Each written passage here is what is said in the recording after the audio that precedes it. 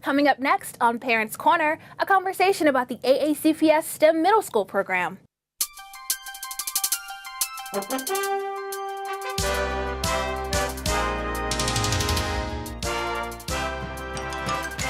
Hello and welcome to Parents Corner. I am Jasmine Coleman and I'm excited to welcome not one but two special guests we have with us today. Mr. Christian Thomas, the principal of Old Mill Middle South, and the STEM department chair at Old Mill Middle South, Miss Marie Hartman. Thank you both for joining us today. You're welcome. Pleasure to be here. I'd like to start and talk about the STEM program itself in case our viewers are not familiar. Ms. Hartman, can you tell us about the program and some of the things that it includes? I'd be happy to. This will be the 5th year that we have completed a STEM magnet program at Old Mill Middle South, being the first of 2 other schools in the county to come on board with a specialized program, a school within a school, but a school within a school program that also promotes STEM-infused education for many of our students at the school beyond the magnet. The program really focuses on training youngsters up in their content areas, but more importantly, to start to develop skill sets that they're going to need for their futures in the workplace. We are trying to reach out to these young people and support them through all kinds of academic supports, such as project-based learning, which is a big component of our program, overlays that we're doing with our students that embellish and extend the curriculums, and a lot of experiences that take them both outside the school building, but also bring resources in, especially from our business community, our educational partners, and nonprofits. Wow, what a dynamic program. It is very exciting. Yeah, the students are certainly lucky. I want to backtrack just in case someone just has no idea what STEM is. Mm-hmm. If you're talking to someone who doesn't know what STEM is, how do you explain that to them? What is STEM? Well, the traditional response would be science, technology, engineering, and math, but that's not really what this program is about. It has morphed into something along the lines of students, teachers, energizing minds. It's more about growing our next culture of thinkers and learners that are going to be problem solvers for our future. So we've sort of moved away from the content shift, knowing that that's important to be embedded in almost all the students will eventually have to do, and most of the types of jobs they do. All of this will be integrated in some way, shape, or form. But the shift is more open-minded now, and it's more about innovation and problem solving. Mm-hmm. Thank you for that. Now, Mr. Thomas, you have this powerhouse of a program at your school. Mm-hmm. How has it impacted your school culture? Well, it's definitely impacted it in a positive manner. The students that come to Old Mill Middle South, whether they've been accepted into the STEM program or not accepted into the STEM program, have an opportunity to engage in a STEM-rich curriculum that they may not have received had they not gotten in the STEM program, or received had we not started the STEM program. So it provides them opportunities, like Ms. Hartman discussed, opportunities to be innovators, opportunities to engage in a STEM-rich curriculum, and it puts a STEM spin on what the county's curriculum is, puts the STEM spin and infuses it into it so that kids have opportunities to delve a little bit deeper and look through the STEM lens. Great. So if I'm understanding correctly, there are cohorted students that have the specific STEM experience based upon the name of their courses, for instance. But then there are the entire population of the school who also benefit. Yes, absolutely. For example, with our tech ed department, our wonderful teachers have decided and determined that they're opening up Project Lead the Way to every single student in that school who takes their encore class.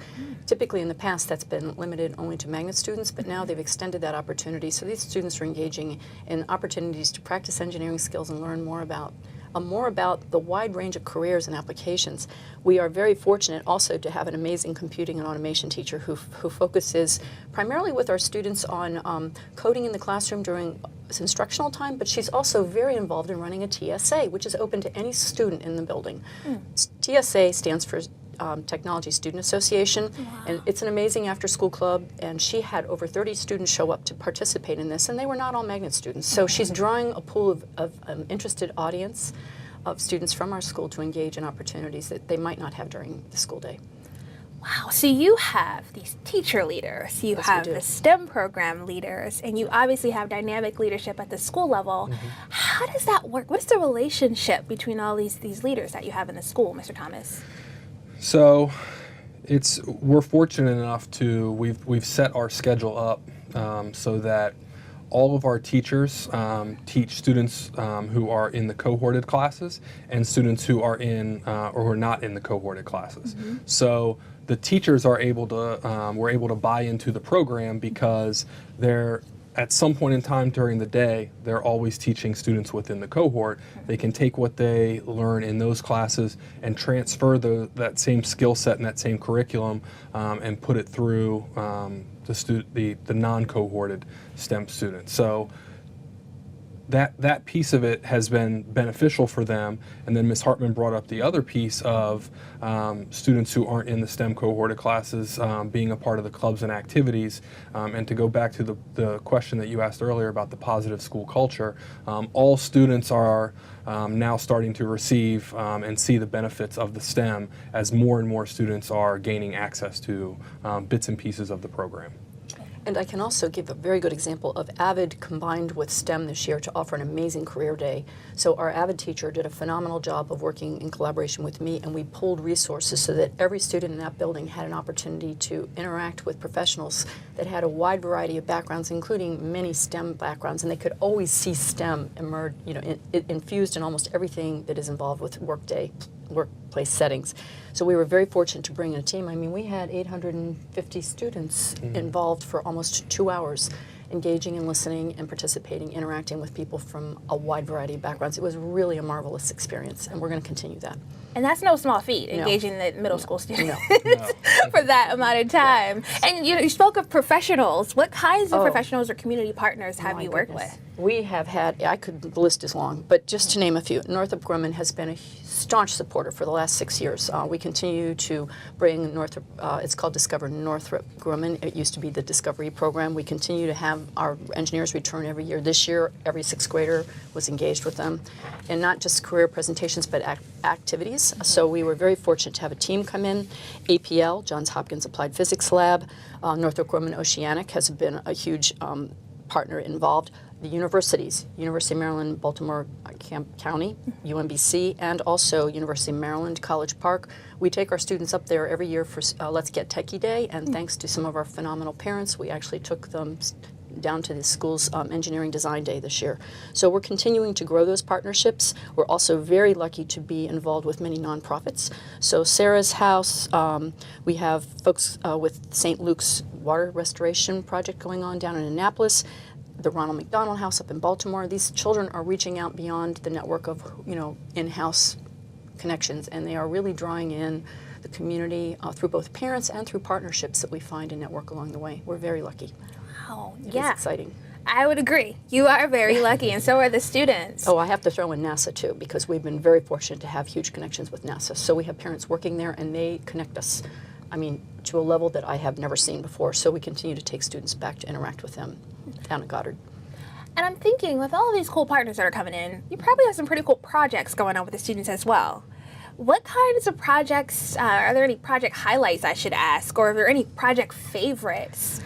I would say it's interesting because there are things happening that are happening even though there's a limit to what we can do during our 50-minute cycles. We have our social studies teachers working together with some of our science teachers to do things like monument projects. We took the entire 7th grade out recently for an amazing day down to the museum and to visit the Washington monuments, and part of their challenge is they're going to have to come back and use that whole experience to build a template for a monument project they have to do. So this is really a great way to integrate. Some of these are steps in project design.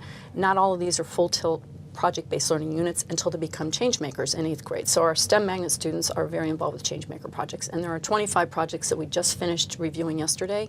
These are year-long projects. They're very intense. They're much like capstone projects for high school students, except they're downsized for middle school students, and they are completely student-centered, student-focused, student-led, and collaboratively completed. So students work in teams to do this, and it is a remarkable experience. It's a wide range of topics. We go from everything from developing and building an electric generator on a bike that can recharge cell phones to going out to Sarah's house and serving the hungry. So it's a wide range, but the children end up interacting with many people outside of the building to accomplish these projects, and they self-determine what they're going to do. So there's a lot of student voice in this. Yeah, it sounds like it. So I'm presuming this idea of change making is making a change right. in the community? Yes, absolutely. It's focused on empathy. We were modeled after a program through Ashoka, which helped to guide us and train us for this. And so we ended up being trained in that methodology of thinking and teaching in combination with some of the things going on at the Buck Institute, where they have project-based learning templates and layouts and methodologies. We've combined that, and we're delivering this as an annual project for our 8th grade STEM students. So that is a requirement of the program, and it's an amazing event. We're having a huge celebration in the next few days to have the families come in and the community come in to celebrate what they were able to accomplish. Wow. And so, Mr. Thomas, you are looking at this from, from that leadership perspective. I know that you're really involved in what the students do every day, but being able to kind of take a step back and see all the things that Ms. Hartman is talking about that the students are engaged with, what kind of benefits overall do you see for the students, for the school? So I think that that's one of the major impacts that comes into play is, the benefits could be academic, professional, or social, but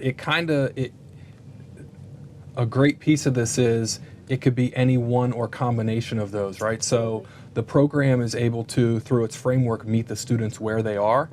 So a student who may be lacking a little bit on the social side, this program puts them into a position to collaborate with one another and collaborate with adults.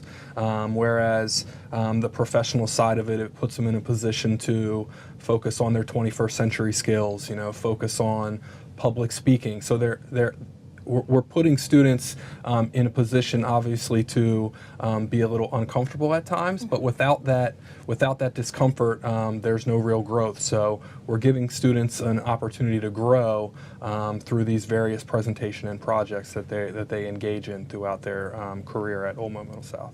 Wow. Our goal really is to prepare them to be more high school and collegiate level ready or technical school ready, and to really train them in the mind of the workplace, of the 22nd century workplace, because we're already moving in there really fast, and before you know it, things are going to be changing. So those important soft skills that Mr. Thomas was referring to are very key to learning how to work collaboratively and productively in project settings, to solve problems and deliver products, to learn how to manage your time, to meet deadline. I mean, these are important skills children will need as they grow on into their work lives.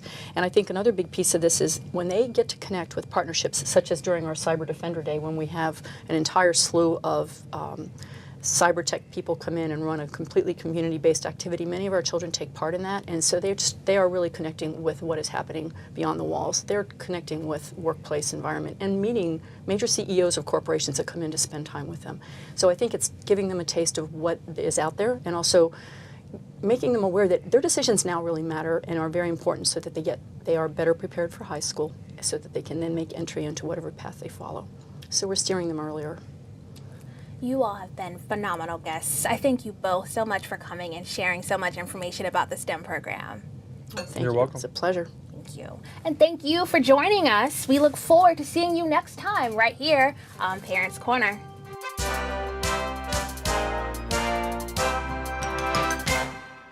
Today I come to you with exciting news about school meals. School meals offer students a healthy school breakfast and lunch.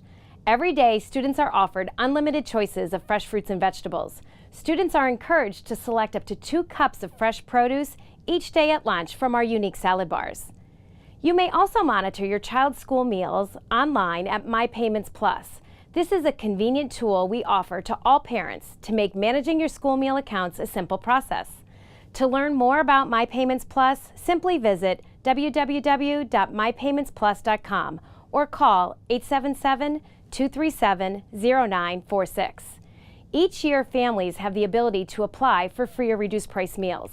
The application to apply is online. Parents, you may log on to applyformeals.aacps.org. The process is fast, easy, convenient, and it's accessible from any computer. Remember, if you received meal benefits last year, you must complete a new application each school year. Thank you for this opportunity to provide you this valuable information pertaining to school meals. School meals fuel your child's brain and body for academic excellence. If you have any questions regarding the healthy school meals offered, please contact me at 410-222-5900. I'm President of the Board, Julie Hummer, and you're watching AACPS TV.